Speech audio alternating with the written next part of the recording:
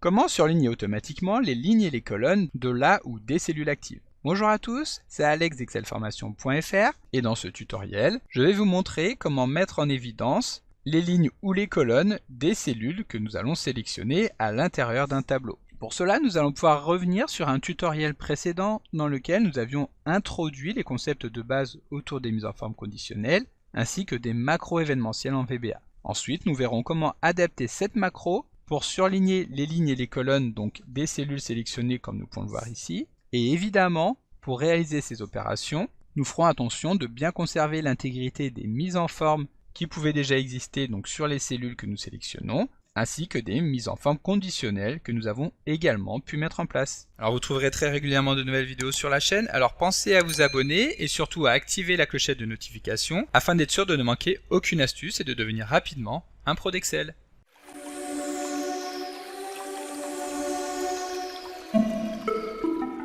Comme d'habitude, si vous voulez être sûr de bien comprendre tout ce que nous allons voir dans le cadre de cette vidéo, vous pouvez télécharger le support de ce tutoriel ainsi que son corrigé en suivant le lien disponible dans la description de la vidéo, ce qui vous permettra de réaliser les opérations en même temps que moi pour bien comprendre tout ce que nous allons voir dans cette vidéo. Alors si vous vous rappelez bien, dans un tutoriel précédent sorti il y a quelques années, nous avions déjà eu l'occasion de découvrir une méthode qui nous permettait de surligner les cellules de la ligne sélectionnée tout en conservant l'intégrité du format appliqué sur les cellules grâce à une astuce un petit peu spéciale que je vais vous remontrer juste après. Et donc pour commencer, je vous propose de revenir rapidement sur cette méthode, mais évidemment si vous souhaitez obtenir plus de détails sur son fonctionnement, je vous invite à aller consulter le tutoriel qui correspond en suivant le lien disponible dans la description de la vidéo. Alors ici, il faut savoir que pour surligner toute la ligne dans laquelle se trouve la cellule sélectionnée, nous avons utilisé une règle de mise en forme conditionnelle.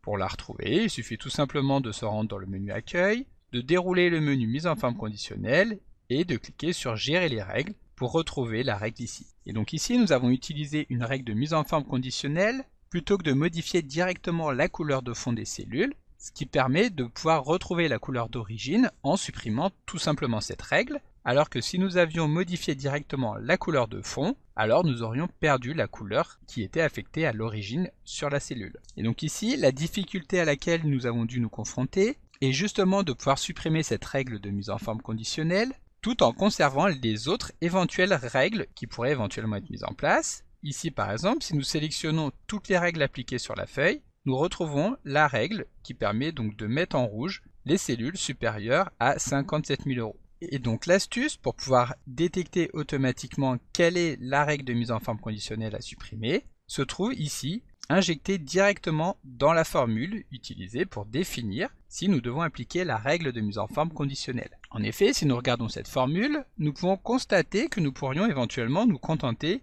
uniquement de la deuxième partie, c'est-à-dire la partie qui regarde si la ligne de la cellule active est égale à 14, c'est-à-dire le numéro de la ligne actuellement sélectionnée. Toute la première partie, donc qui se trouve avant le signe multiplié, va consister à comparer si le texte ligne active MFC est bien différent du chiffre 0, ce qui évidemment sera toujours le cas, et donc cette partie renverra toujours vrai. Ce qui fait que cette partie sera tout simplement ignorée dans le cadre du calcul, et ce sera uniquement la deuxième partie qui permettra de définir si oui ou non nous devons appliquer la mise en forme conditionnelle. Voilà, donc maintenant que nous avons vu la logique, il faut savoir que cette mise en forme conditionnelle est appliquée de manière totalement automatique lorsque nous sélectionnons une nouvelle cellule de la feuille de calcul avec une macro événementielle. Pour retrouver cette macro événementielle, nous allons effectuer un clic droit sur l'onglet de la feuille et choisir Visualiser le code. Nous retrouvons ici l'événement Selection Change. Donc évidemment ici, je ne vais pas revenir sur la mise en place de cet événement, comme je vous l'expliquais un petit peu plus tôt, étant donné qu'une vidéo complète est dédiée justement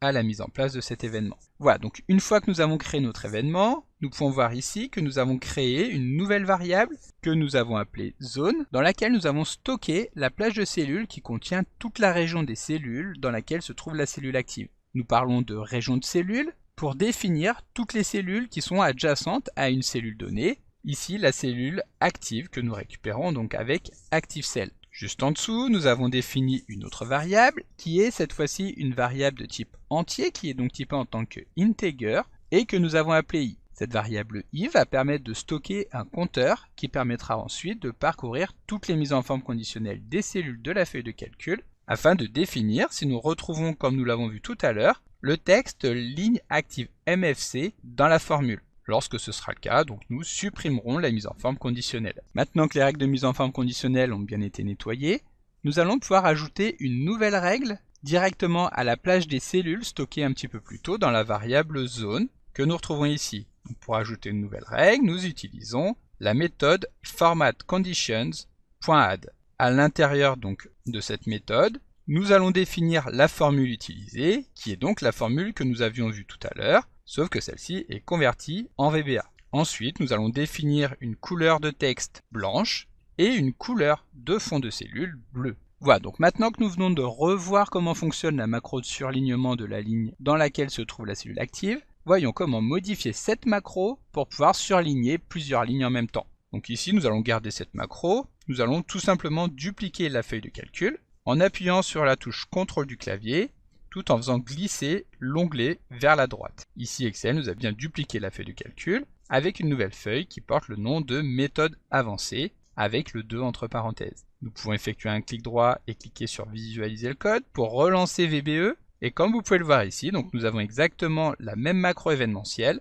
sauf que cette fois-ci nous travaillons bien sur la feuille méthode avancée 2. Et donc, si nous revenons sur la feuille de calcul, nous allons pouvoir constater que si nous sélectionnons plusieurs cellules, seule la première ligne de cette sélection sera effectivement mise en évidence, alors que nous allons vouloir que toutes les lignes qui correspondent à cette sélection soient effectivement affichées en bleu. Cette réaction vient en effet du fonctionnement même de la macro que nous venons d'analyser, car plutôt que d'appliquer une mise en forme conditionnelle sur l'ensemble des cellules de la région dans laquelle se trouve la cellule active, nous allons préférer utiliser une formule qui renverra tout le temps vrai, mais laquelle sera appliquée uniquement sur les cellules des lignes sélectionnées. Donc nous revenons dans notre macro, et pour commencer, nous allons modifier la formule utilisée pour définir la règle de mise en forme conditionnelle, et nous allons souhaiter ne conserver que la première partie, qui, comme je vous l'expliquais tout à l'heure, nous renverra toujours vrai, et en plus permettra d'identifier les mises en forme conditionnelles à supprimer. Donc ici, nous allons supprimer tout ce qui se trouve sur la droite de cette formule, en n'oubliant pas, évidemment, de fermer la formule avec des guillemets. Cela étant fait, nous pouvons revenir à l'intérieur de notre feuille de calcul, et maintenant nous allons pouvoir constater qu'à chaque fois que nous sélectionnons une cellule en particulier, ce sont bien toutes les cellules de la région qui vont être mises en évidence. Il va donc nous rester à limiter l'étendue de la variable zone que nous utilisons ici dans notre macro, afin de ne tenir compte non pas de l'ensemble de la région active de la cellule active, mais uniquement des cellules qui se trouvent sur les lignes des cellules sélectionnées. Et pour cela, nous allons pouvoir utiliser l'instruction UntireRow, non pas à partir de ActiveCell, mais à partir de target qui est donc la variable retournée par l'événement SelectionChange, qui va nous retourner les cellules qui ont effectivement été sélectionnées. Donc ici, nous pouvons supprimer cette partie et définir que zone sera égale à target.UntireRow, c'est-à-dire ligne entière. Maintenant, de retour dans notre feuille de calcul, si nous sélectionnons une cellule en particulier, nous allons pouvoir constater que toute la ligne a bien été sélectionnée. Seulement, comme vous pouvez également le constater, ce sont littéralement toutes les cellules de la ligne qui ont été impactées, que celles-ci appartiennent ou non au tableau. Et donc pour limiter les cellules modifiées à la région en cours, nous allons pouvoir utiliser une méthode VBA qui est la méthode intersect que nous avons déjà découverte dans une vidéo précédente, qui permet d'obtenir la plage des cellules située à l'intersection de deux plages de cellules. Nous revenons dans notre code, nous encapsulons ici le résultat target.UntireRow à l'intérieur de la méthode intersect, dans laquelle nous allons vouloir obtenir les cellules qui se trouvent à l'intersection de là ou des lignes dans lesquelles se trouvent les cellules sélectionnées, mais également à l'intérieur uniquement de la région active de target. Donc target.currentRegion, en sachant, comme nous l'avons vu tout à l'heure, qu'une région correspond à l'ensemble des cellules adjacentes à la cellule active, c'est-à-dire ici à notre tableau. Maintenant, si nous venons tester à nouveau, en sélectionnant une cellule à l'intérieur d'un tableau, nous allons pouvoir constater que c'est uniquement les cellules du tableau de la ligne active qui ont été sélectionnées. En plus de ça, si nous sélectionnons plusieurs cellules, ce seront bien toutes les lignes de cette sélection qui seront mises en évidence. Voilà, donc à présent, nous allons découvrir quelques petites modifications à mettre en place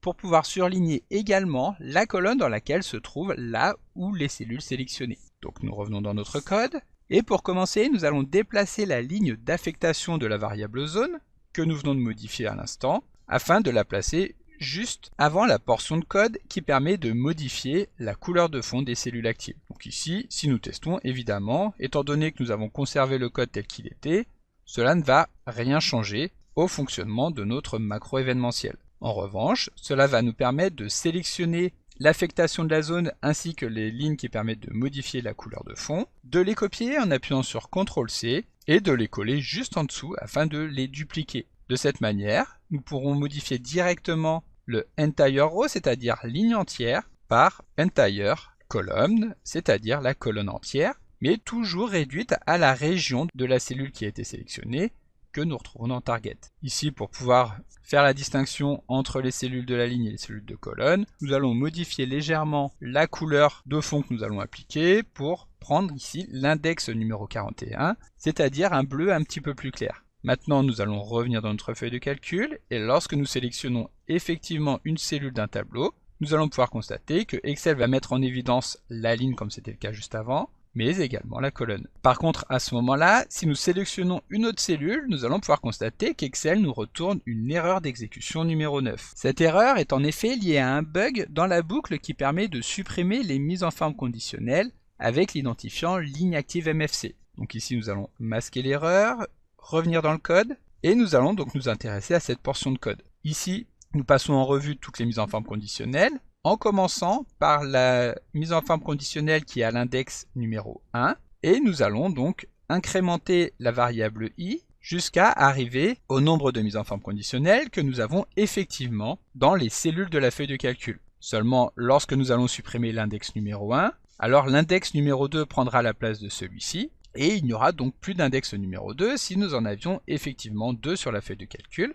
C'est la raison pour laquelle nous avions l'erreur, étant donné que i va quand même prendre pour valeur l'index numéro 2. Donc ici, plutôt que de fonctionner dans ce sens-là, nous allons inverser l'ordre de la boucle, en commençant par affecter à la variable i le numéro total du nombre de mises en forme conditionnelles que nous retrouvons sur les cellules, et nous allons vouloir que la valeur de i se réduise jusqu'à arriver à 1. Ici, nous allons donc spécifier que le sens de lecture de la variable i sera inversé en définissant un step à -1. Et voilà, c'est tout. Nous pouvons revenir sur la feuille de calcul, sélectionner d'autres cellules, et maintenant l'erreur a bien disparu. En plus de ça, comme nous l'avons vu juste avant, si nous sélectionnons une plage de cellules constituée de plusieurs lignes et de plusieurs colonnes, ce seront effectivement ces lignes et ces colonnes qui seront mises en évidence. Donc comme d'habitude, vous pouvez télécharger le support de secours en suivant le lien que vous trouverez dans la description de la vidéo. Si la vidéo vous a plu, n'oubliez pas de la liker et de la partager à vos collègues et amis sur l'ensemble de vos réseaux sociaux. Et vous pouvez également me laisser vos impressions dans l'espace des commentaires, je lirai chacun d'entre eux et y répondrai avec plaisir. Évidemment, si ce n'est pas encore fait, abonnez-vous à la chaîne pour ne manquer aucune astuce. C'est également très important pour m'aider à gagner en visibilité afin de pouvoir développer la chaîne